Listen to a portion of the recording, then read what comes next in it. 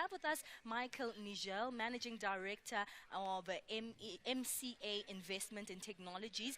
Michael Negel is a seasoned entrepreneur and investor with over 30 years of experience in international trade, technology, and capital markets. He currently serves as the Managing Director of MCA Investment in Technologies and a Munich-based holding and service company active in cooperative investments. Thank you so much, Michael, for your time and for joining us at On the Move desk. Michael, how are you juggling all these things? You're a busy man.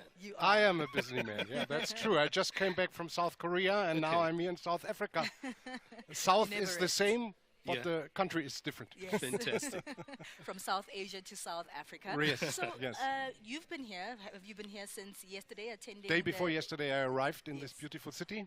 And so how has it been? I mean, what exactly are the reasons that bring you here on the African continent today from the south of Asia to the south of Africa to attend this EU-African SME Summit? So first of all, I'm senator in the BVMW. It's the largest German SME association with over 20,000 member companies. And so I act as a bridge between other countries and our country, Germany, trying to bring together SMEs.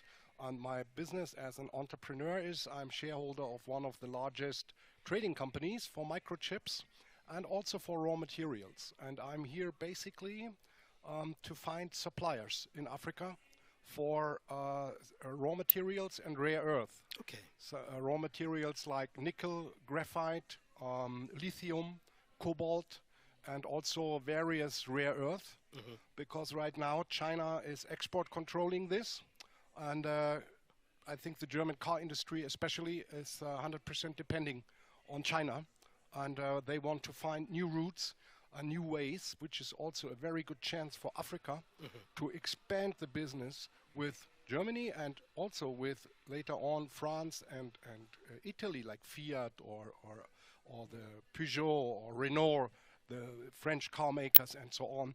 It's a big chance because it's a strong tendency in Europe now to get independent from China. The risk is too high. Let's talk a little bit about that, those trade corridors and the diversification for the African continent. How significant is it that African countries must diversify their international partners in terms of those trade corridors when it comes to natural materials? Yeah, it's absolutely necessary. I guess in the past 20 years, I must say, the Chinese tried to invest money in Africa, but not being a nice angel to help Africa, but to get in touch of the rare earth and the rich rare material, what you have in your ground, in your soil. And so this is dangerous as well for Africa, because this is the gold of tomorrow. You cannot produce an electricity, car, without these materials in the batteries. Sure. Impossible. Yeah. And this you can use because you have all that. And most of the European countries, despite some East European, they have it too, Ukraine and others. But Germany and others, we have a lack of rare materials, raw materials and rare earth. You know, this must be a really tricky space to navigate because there are very heavy policies when it comes to the imports and exports of raw materials, especially now that you're trying to open up new avenues between these two continents, the European continent and the African continent. What are some of the policy and political challenges that you've been facing when trying to tap into the export nature of raw materials on the African continent? I mean, the customers who will buy this, they are the huge customers. As you know, it's companies like Volkswagen and BMW, Mercedes and others. So they need to be sure that the supplier is clean in a certain way. Means no forced labor, no child work. And also some sustainability and green laws, so to say, that you don't harm the environment by exploring the rare earth or exploring the raw materials. This is for sure, but Africa has also this tendency of becoming green, becoming sustainable, not harming the nature and so on. So it's a common sense, right? Yeah, that's so true. However, I'm trying to figure out, how does the small medium enterprise actually fit into this equation? Where do you see it fitting? Yeah, they fit absolutely. I mean, first of all, it's the quality. It has to be the quality of the product. Means lithium or nickel or so. It has a so-called purity. This you cannot influence. Either you have it in your soil or you don't have it. You have 99.9% or 99.5 or 89.5, whatever it is. There is a market for everything. But for certain applications, you need a certain purity. Okay. This is where, and it has nothing to do with the size of the company. Okay. It can be a one-man show company who has nickel on his soil and produces it. So this is the first thing is the purity. The second thing is that you don't have slavery or or child work or forced labor to explore this. That you pay fair salary to them. That they have some social environment. They have vacation or holidays. Sure. They don't have 7/24, 365 working days. It's things like that. Yeah. We've seen in the past a lot of exploitation taking place in various parts of the African continent when it comes to raw material, and not just from the global level, but even on the most local segments. We do want to make sure that as you said, it's sustainable and there aren't any of the harms that are taking place when these exports happen. So how exactly do you try and make sure that when you find these suppliers, that of course you're here on the African continent to do, that they make sure they follow through with some of these sustainable practices when they're supplying these minerals?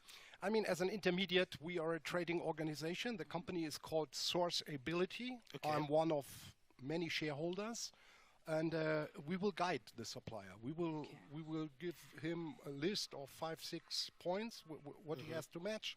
If there are questions, we will help, and to follow the guidelines and to do the paperwork, so that the end user, which is a car manufacturer or tier 1 or tier 2, he produces anything for the car or for the battery, that he is allowed to purchase. It is like a law in Germany. You can't purchase if your supplier doesn't fit into these regulations, right? Sure.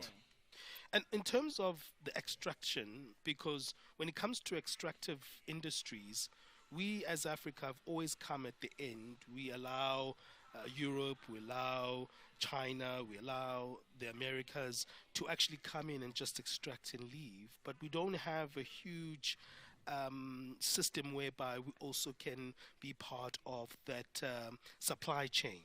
And the supply chain is just supplying, but we don't actually produce from our side anything from those particular raw materials. Do you think that can be a way that Europe leverages Africa's potential in that area instead of just extracting our minerals? Yeah, right. I mean, we can buy FOB Johannesburg or FOB Cape Town, whatever.